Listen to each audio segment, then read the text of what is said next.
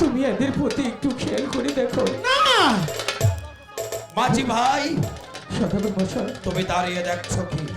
হ্যাঁ গো, আমি দেখতে চাই তোমার প্রবল শক্তি দিয়ে যেমনি ভাবে হোক না কেন এই চাকরি বেটি কানি পথটাকে আমার 14 নিরাপদ ঘর থেকে এই মুহূর্তে বিতাড়িত করে দাও।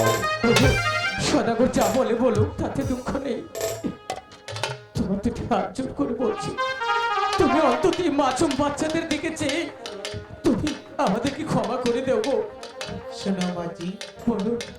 তুমি তোমার সদাগর কি বলো, আমাকে একটি পুষ্প দিতে। সদাগর মশাই, ও সদাগর মশাই, কি হয়েছে? একটি পুজো দিয়ে দিন। এই!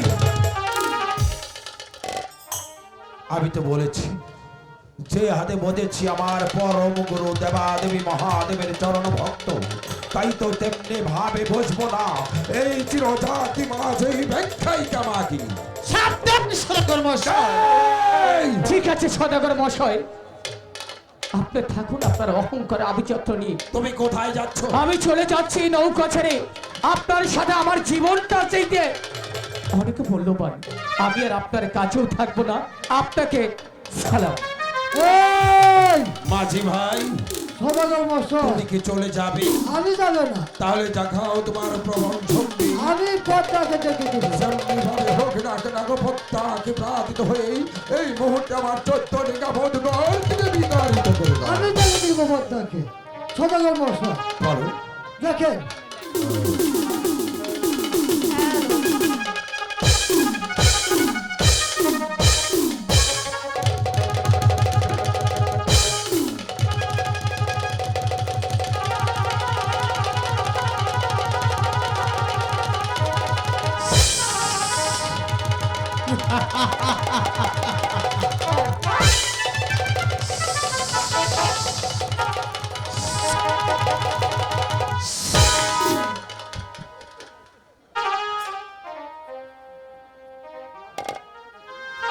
মাঝি ভাই, সদাগর মশাই, তোমার কি আঘাত করেছে? খুব উদাবার এখন কাম হয় না, কারণ এ ফুস করে ওঠে। তার মানে সদাগর মশাই তুমি কি কাপড় নষ্ট করে ফেলেছো? গন্ধ করে জানি কি জানি গন্ধ। বুঝছি মাঝি, তুমি পাবে না। যাও তুমি এখান থেকে। সদাগর মশাই, আপনার পায়ে ধরে আর সুযোগ দেন, আমি আজকে পাতারে ফাটা ফাটা করে যাবো। তাই নাকি? হ্যাঁ, পারবে তুমি? পারবো আমি। যাও, তোমার আরেকটি বার সুযোগ দেওয়া হলো। পথটাকে এই মুহূর্তে আমার 14 নিরাপদ ঘর থেকে তাড়িয়ে দাও।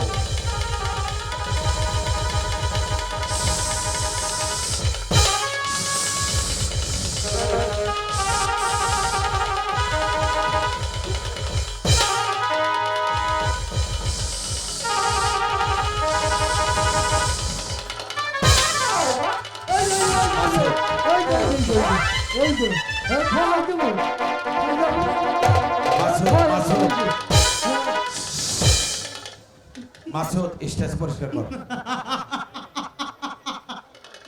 এই পদ্মা, ওরে চন্দ্র সদাগর, আমি জানতে চাই তোমার প্রাসাদ হতে চলে যাবি কিনা। এই তোর সুবীর বংশ নির্বংশ করে ছাড়। এই! আমি তোর কি করতে পারি জানিস? কিন্তু করব না। তুই আমার 14 ডাঙ্গা মধ্যে ঘরে উঠেছি কারণ কাছে এসেছিস। শুধু আঙ্গুলে কি উঠবে না, কারণ আঙ্গুল আমার বাঁকা করতেই হবে। তাহলে কর দেখে নেব। এই মুহূর্তে আমার ভাইটা পবনকে স্মরণ করে। এই! হ্যাঁ, একা পাচ্ছিস না, তোর ভাগটাকে ডাকছি। আমার ভাইটা পবনকে তো আমি ডাকবো, তুই ডাকবি না? তবে ডাক তোর সে হমাত একটি ভাগনা প্রভুকে। বেশ, ওরে পবন পবন বলিয়ারি ডাকিতে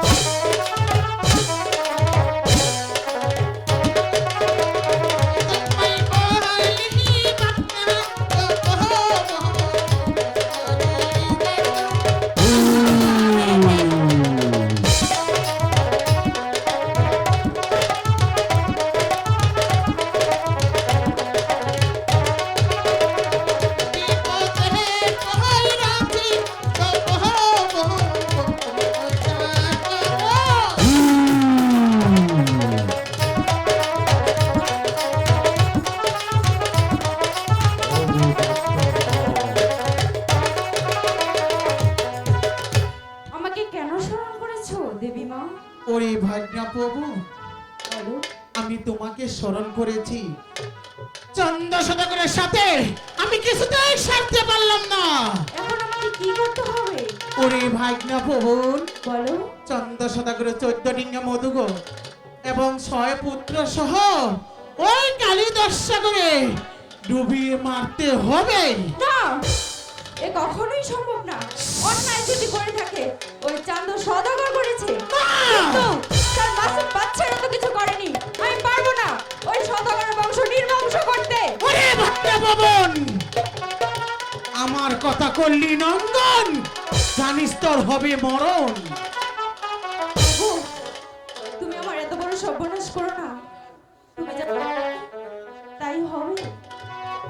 ঠিক আছে, এইবার চলে যাও ওই কালিদাস সাগরে। ওই আছে লহই উসরিরা ওরে পোবাইলা জামাইলো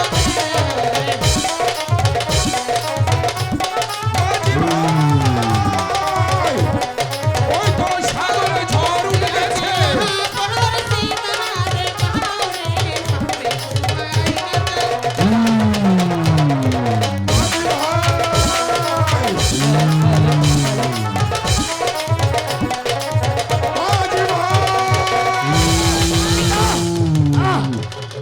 ওগো পিতা,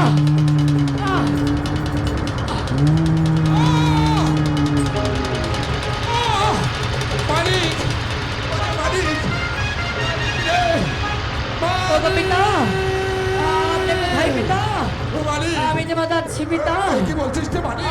ওরে বাপ, পিতা, তুই কোথায় রে? আয় আমার বুকে আয় রে মালিক, একবার আমাকে বাবা বলে ডাক।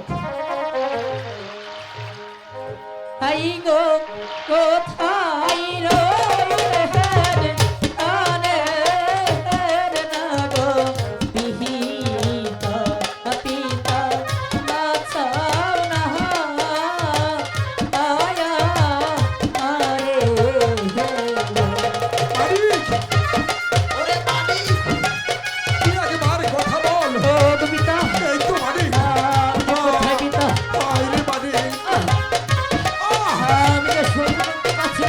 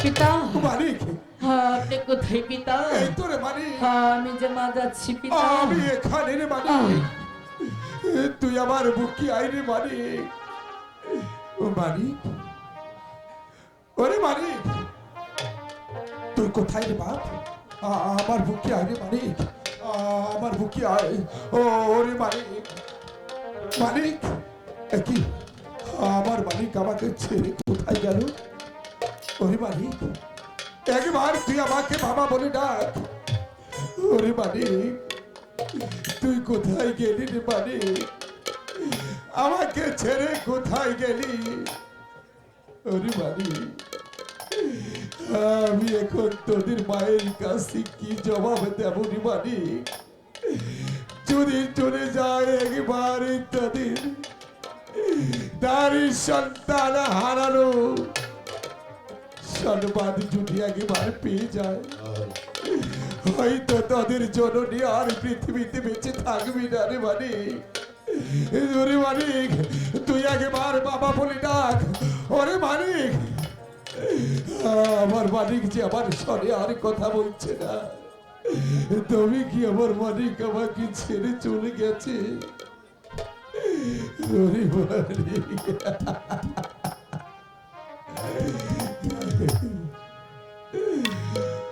ওরে পুতির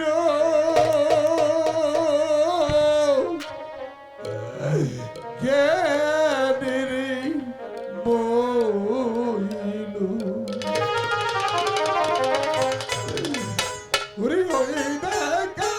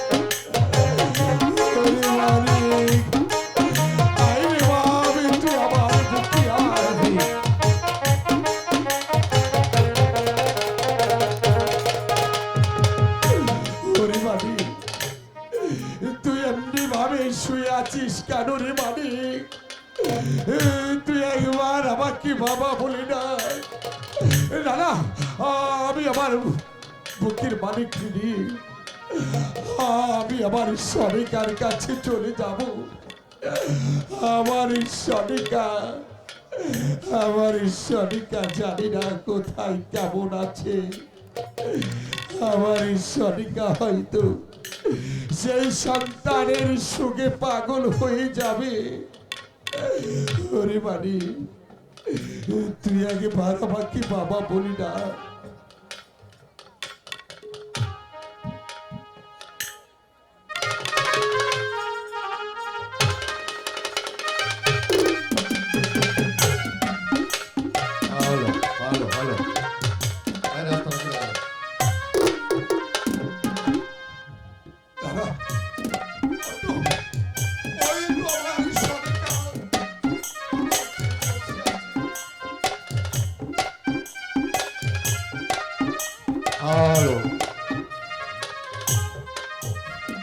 বলো। ওগো পিতা স্বর্গ পিতা ধর্ম, ওগো পিতা তোমার দেওয়া রাজ্য যেন আমি ঠিক পবিত্র পরিচালনা করতে পারি, এই আশীর্বাদ তুমি আমার করবে। ওগো ভগবান, ওগো ভগবান, ওগো ভগবান, এই স্বর্গের দিকে তুমি আশীর্বাদ করবে।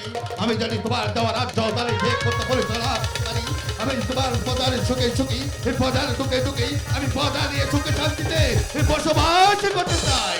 আর উজির সাহেবকে বলে দিয়েছি, যেখানে খাদ্য নাই সেখানে খাদ্য দিবে, যেখানে বস্ত্র নাই সেখানে বস্ত্র দিবে, যেখানে ঔষধ নাই সেখানে ঔষধ দেবে। আমি যে আর চলতে পারছি না। ওগো ঠাকুর, জানি না আর কত দূর যেতে হবে।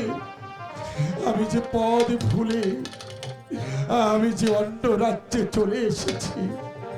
না না, ওই তো সন্ধ্যা ঘুরে এসেছে, সর্বমুখে একটি প্রাসাদ দেখা যাচ্ছে। ওই প্রাসাদে তার অতিথিশালায় আতিথ্য গ্রহণ করে কাল প্রত্যুষে আমি আমার দেশ যাত্রা করব। না না, আমি একটু আত্মনাদ করে দেখি। ওগো দাদা, কে? ওগো দাদা, প্রাসাদে কেউ কি নেই? আমার আত্মনাদেই সারা দেবে। কে তুমি? ওগো দাদা, এসো। আমি যে এক পথহারা পতি। পথহারা পতি? ওগো দাদা, তুমি আমার কাছে কি এসে চলেছেছ? তুমি আমার কাছে নির্ভয় বলে বলো। ওগো দাদা, আমি হঠাৎ করে এসেছিলাম আমার গুরুদেবের আদেশে মাথায় নিয়ে বানিশ করিতে। ওই যে কালীধর সাগরে হঠাৎ করে কাল বৈশাখী ঝড় উঠে যায়, আমার 14 টিকা মধুগর সেখানে ডুবে যায়। তাই আমি তোমার কি করতে পারি? ওগো দাদা, পদে হারিয়ে আপনার প্রাসাদে এসেছি, দয়া করে আপনার অতিথি ছাড়াই কাদিত্য গ্রহণ করুন। একই দাদা, আপনি এমনি ভাবে আমাকে হাসালে ভিনদেশি। কেন দাদা? হয়তো তুমি জানো না, তোমার মতো এক ভিনদেশি ছিল আমার বাড়ি আশ্রয় নিতে। সে যে আশ্রয় ছলনা করে আমার বাড়িতে করেছিল তুমি ডাকাতি, সেদিন থেকে আমি প্রতিজ্ঞা করেছি আর কোনো ভিনদেশিকে আশ্রয় দেব না। না দাদা না, আমি কোনো চোর নই, আমি যে কোনো ডাকাত নই। আমি এক হতভাগা মায়ের অভাগা সন্তান, তাই তো তার প্রাসাদে বিপদে পড়ে এসেছি।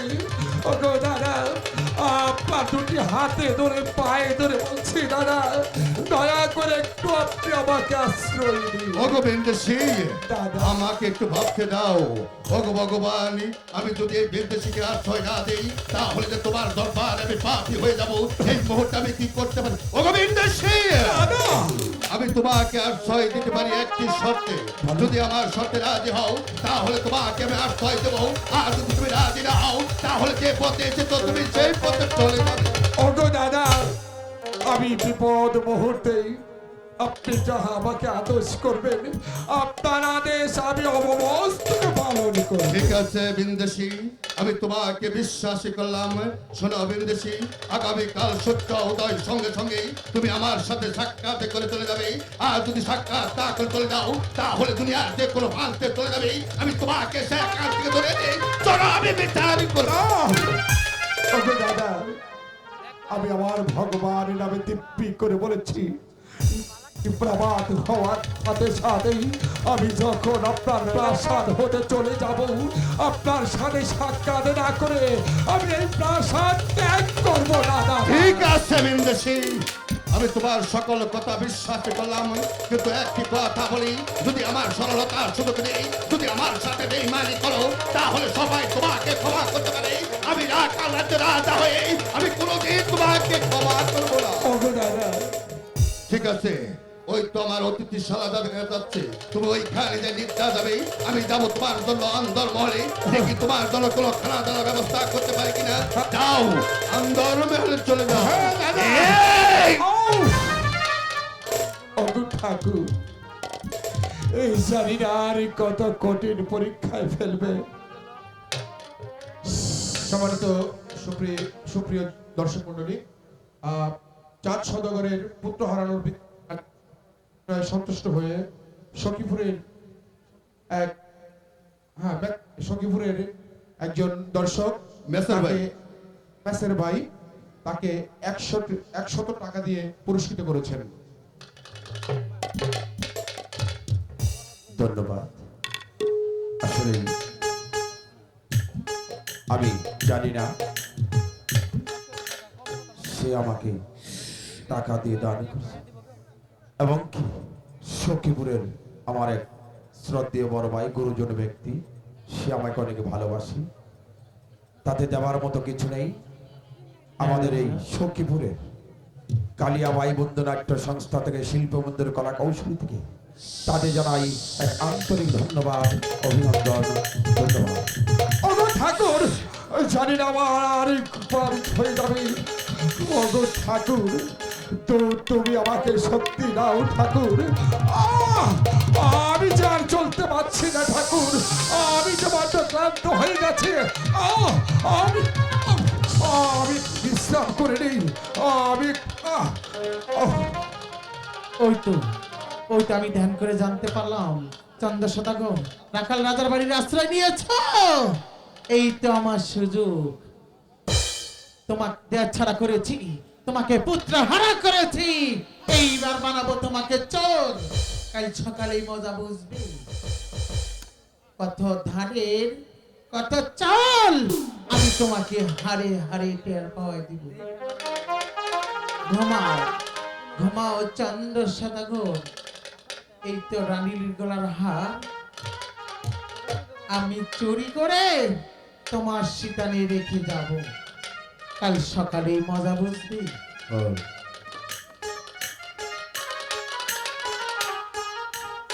ঘুমাও ঘুমাও।